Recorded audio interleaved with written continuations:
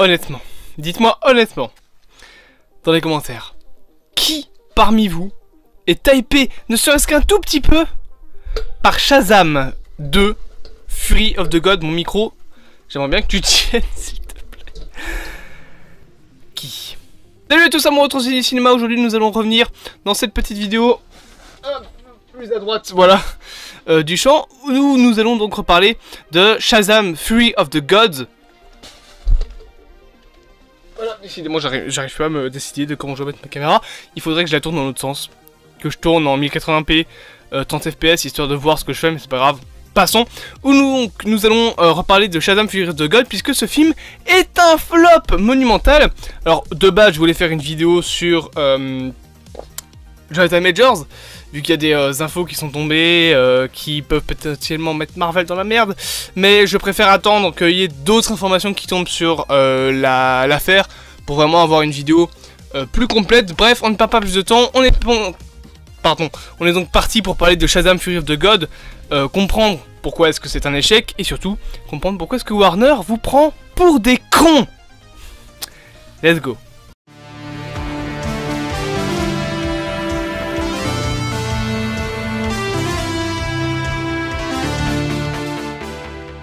Donc du coup oui, Shazam Fury of the Gods a commencé son box-office aux États-Unis. Je parle bien donc là que de chiffres domestiques, ça veut dire qu'aux US, avec 30 millions de dollars, c'est catastrophique.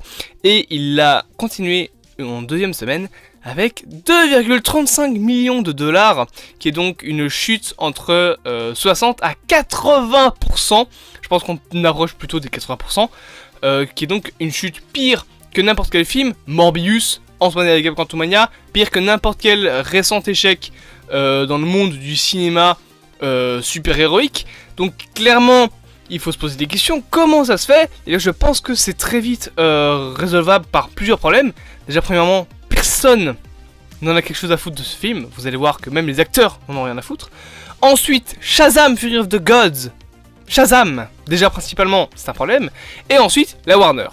On commence par le fait le plus court sur le film, Shazam. Tout le monde s'en bat les couilles. Le premier film avait bien fonctionné, 300 millions pour un budget de 100 millions, il avait fait 3 fois son budget, il n'était pas détesté, mais les gens n'ont rien à foutre de Shazam. Et surtout, le film Shazam Fury of the God est un film qui propose l'humour marvelien, un petit peu, l'humour avec la blague facile, au moment où justement les gens en ont marre de la blague facile. Donc il arrive clairement à un moment où les gens demandent du The Batman, où les gens demandent du Avengers Endgame entre guillemets, ou plutôt du Infinity War, où ils demandent vraiment des films de super-héros avec de l'enjeu et des films plus sérieux. Stop avec la blague facile, et je comprends pourquoi, bien que je pense qu'il faut aussi des films à la blague facile. En fait il faut un petit peu un mélange de tout. Il faut de l'horreur, il faut de la blague facile, il faut du sérieux, il faut de tout. Et Marvel commence tout doucement à vouloir proposer ça avec du sérieux dans Secret Invasion, il y en aura un petit peu aussi dans les Gardiens de la Galaxie, du plus drôle, du plus humour facile avec justement les Gardiens de la Galaxie, mais également Spider-Man et bien évidemment The Marvels qui a l'air d'être une fameuse comédie musicale, et du bien sérieux avec Secret Invasion, et du film d'horreur potentiellement avec Blade et Werewolf by Night. Donc ils ont l'air de se diriger vers ça, mais du coup Shazam arrive à un moment où personne n'en a rien à foutre de Shazam, et ensuite tout le monde en a marre de ce genre de film. C'est un premier problème. Autre problème, c'est tout simplement que la Warner n'en a rien à battre. Clairement, ils s'en battent les couilles de ce film. C'est un point qui, je pense, est la raison principale pour laquelle ce film flop. Est-ce que vous avez vu beaucoup de fois la bande-annonce de Shazam? On a fait, je pense, 2 vidéos réactions peut-être. On a eu donc 2 trailers. Même pas, je pense qu'on en a fait une seule vidéo réaction. J'ai vu une fois le trailer au cinéma. Le marketing de Shazam Fury of the God est perdu dans les abysses. Il n'y a pas de marketing. Warner ne promouvoit pas le film, et quand il le promeut, quand ils font sa promotion, voilà, c'est en spoilant littéralement le fait qu'il y a Gal Gadot. Voilà, donc ta seule surprise en salle devient le seul moyen qu'a Warner de faire de la pub pour ce film. Oui, Warner, oui. Donc c'est un premier problème. Le seul truc, c'est que c'est pas vraiment la... Enfin si, c'est la faute de Warner dans le sens où ce qui cause ce très peu de marketing chez Shazam Fury of the God, c'est que Warner n'a plus de sous. Ils sont pauvres. Ils ont 3 milliards de dettes à remplir. Donc bien évidemment, ils essaient plutôt de promouvoir des films plus gros, plus ambitieux comme un Aquaman 2, même si Aquaman 2 n'est clairement pas ambitieux, et surtout The Flash, qui est clairement le film qui doit cartonner au box-office. Sinon vous pouvez abandonner DC Comics dans les prochaines années, il n'y aura plus de films de super-héros. Si The Flash se crache, l'univers DC se crache. Il faut être honnête 2 secondes. Ça veut dire clairement que les gens n'en auront plus rien à foutre de DC. Et à part The Batman, ils vont annuler, je pense, les univers connectés si vraiment The Flash se crache. Donc à part The Flash, des films comme Blue Beetle, Aquaman 2 et Shazam 2, maintenant, tout le monde s'en fout. Même Warner s'en fout. Au point de plutôt prendre les gens pour des cons. Parce que c'est ce qu'ils font. C'est ce qu'ils font. Ils prennent les gens pour des cons. Et le problème, c'est que même les réalisateurs, même les gens qui sont dans le film, on n'en plus rien à foutre.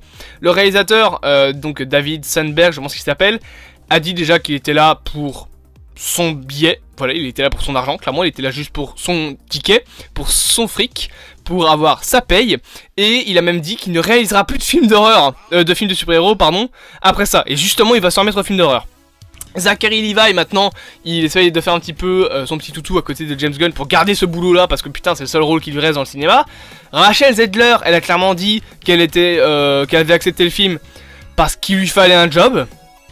2 des acteurs du film qui jouent dans la Shazam Family qui d'ailleurs devait jouer dans le Justice League de George Miller ont dit clairement qu'ils étaient dégoûtés du film, qu'ils en avaient marre. Le réalisateur a décrié Warner pour avoir intégré Gal Gadot au marketing. Tout le monde en a rien à foutre de ce film. C'est incroyable. Plus personne n'en a quelque chose à foutre. Le réalisateur, il s'en fout. Il a eu son argent. Il s'en fout maintenant, c'est fini. Il en a plus rien à foutre, lui. Donc vraiment, on en est à un point où Shazam Fury of the God était fait pour se cracher. Il était fait pour se cracher. C'était comme ça, c'était écrit. Et maintenant, t'as Zachary Levi qui, en plus, est dans la controverse avec Black Adam. Parce qu'en plus d'avoir un marketing de merde, Warner vous prend pour des cons pour ce film. Parce qu'il y a une scène post-crédit à Shazam 2. Alors, faut savoir déjà que, de base, Shazam devait mourir à la fin de Shazam 2. Au final, non. Et il y a une scène post-crédit. Déjà, parlons de cette scène post-crédit, même des coulisses. Faut savoir que, de base, devait y avoir Hawkman et Cyclops dans la scène post-crédit. T'as The Rock qui est arrivé, qui a dit non. Parce que c'était des personnages qui étaient apparus dans le film Black Adam. Et que comme The Rock est producteur de Black Adam, il a un droit d'image un petit peu sur ces 2 personnages là. Vu que ce sont des personnages, ce sont des versions du personnage. Oui, je replace mon micro. Qui font partie du film Black Adam. Donc il a un peu de droit de regard là-dessus. Jusque là, ok. Il a même refusé que Shazam juste ait une apparition dans Black Adam en post-crédit avec la GSA. Donc, du coup, on a une scène post-crédit où on a 2 personnages qui sont censés faire partie de la GSA qu'on ne connaît pas. Le seul truc qu'on a, c'est, je pense, le personnage qui est joué par la femme de Gunn. Je pense que c'est ça. Et l'autre, il s'appelle Barry, je sais plus comment il s'appelle, celui avec des lunettes et une espèce de calvitie. Qui sont donc les 2 seules personnes qu'on voit et qui embauchent Shazam dans la JSA. Et je veux dire, à quoi elle sert cette scène post-crédit? Il n'y a pas de Shazam 3. On le sait qu'il n'y aura pas de Shazam 3. Vu que l'univers il est reboot après. Vous voulez la raison de pourquoi il y a une scène post-crédit? Parce que le grand public. Parce que Warner prend le grand public pour des cons. Parce qu'en montrant une Wonder Woman, on te montre, regarde, cet univers existe encore. Donc il faut que tu voies tous les films qui vont sortir bientôt. En mettant une scène post-crédit, on te tease, regarde, il y aura une suite à Shazam 3. Donc pour comprendre ce qui se passera dans Shazam 3, il faut impérativement que tu aies vu tout ce qui va arriver en 2023. The Flash, Blue Beetle, Aquaman 2. Alors que Blue Beetle et Aquaman 2, c'est des films qui sont autant sacrifiés que Shazam 2.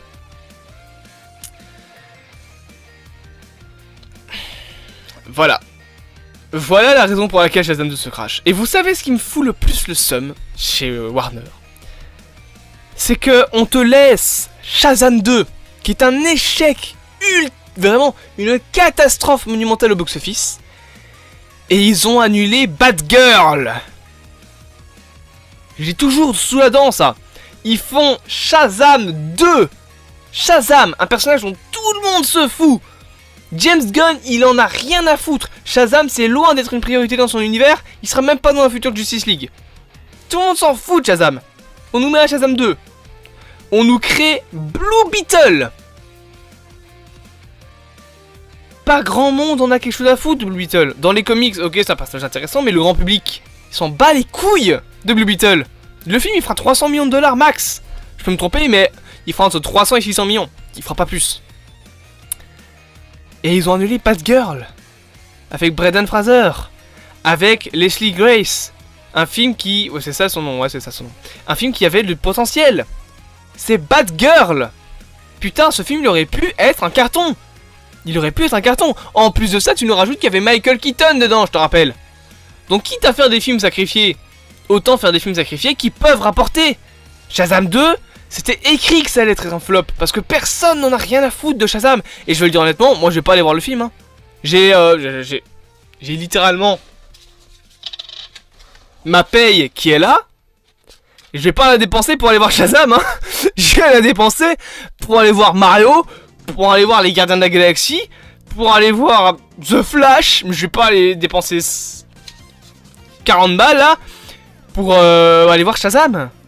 Non, j'ai autre chose à foutre, clairement. Donc, bien évidemment qu'ils le savaient que c'était sacrifié, mais on prend encore plus les gens pour des cons, en mettant une scène post-crédit. Bah oui, parce qu'on a que ça à foutre.